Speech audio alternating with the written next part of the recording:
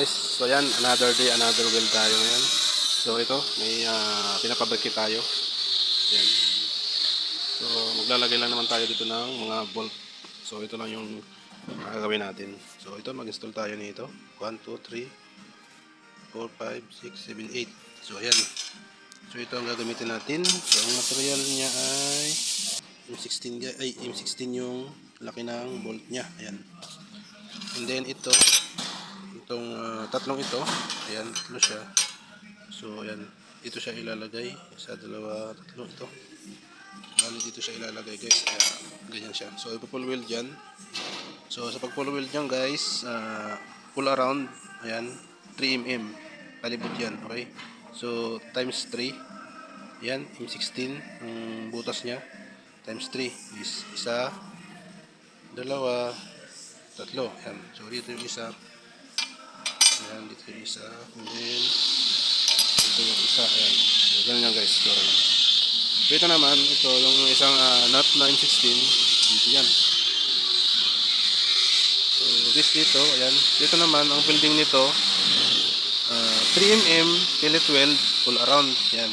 Okay, sa mga gusto mong pabrikit guys, ayan, malaking bagay ito, dapat alam nyo guys.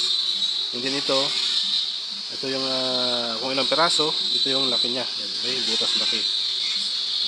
So yun guys, so ipit up natin siya guys.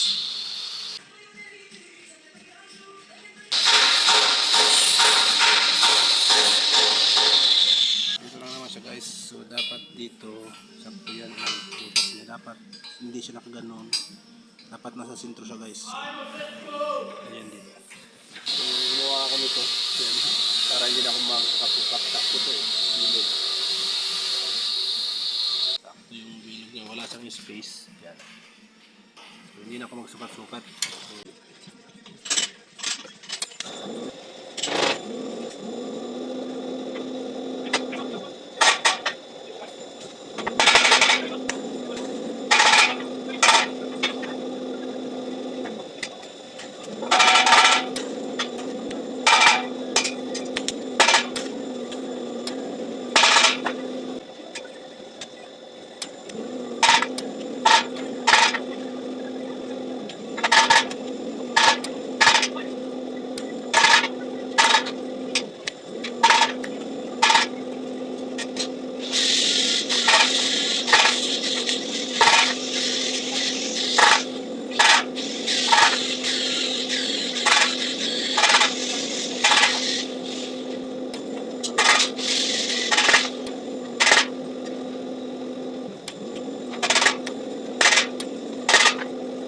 So ito na siya guys, ayan, napit up na natin. Tinakingan muna natin ang 4, ito 3, kasi ipo-full wheel naman natin to.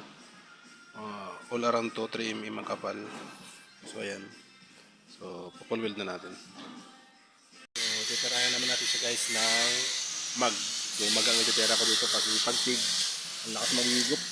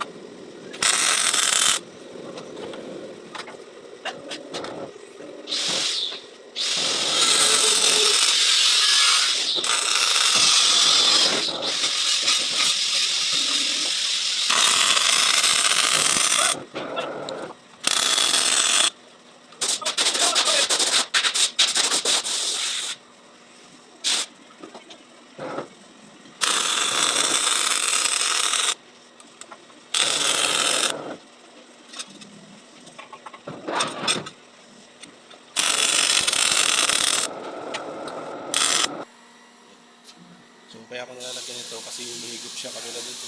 Yung unang ginawa ko, humigop siya. So, i-press natin to para maayos. Ito guys. So ayan, so ganyan yung itsura na guys. Pagkatapos yung drawing na to. Ayan. Ayan guys. Ayan. So dito, pit up mo, full weld mo. Okay? Align mo. Dapat, pag ginawa man drawing na to, tapusin mo. And then, kailangan malinis. And then, yung ready na po ba, finish product na naman. Okay? So ayan. So, welder fabricator po sa Germany. Yun po siya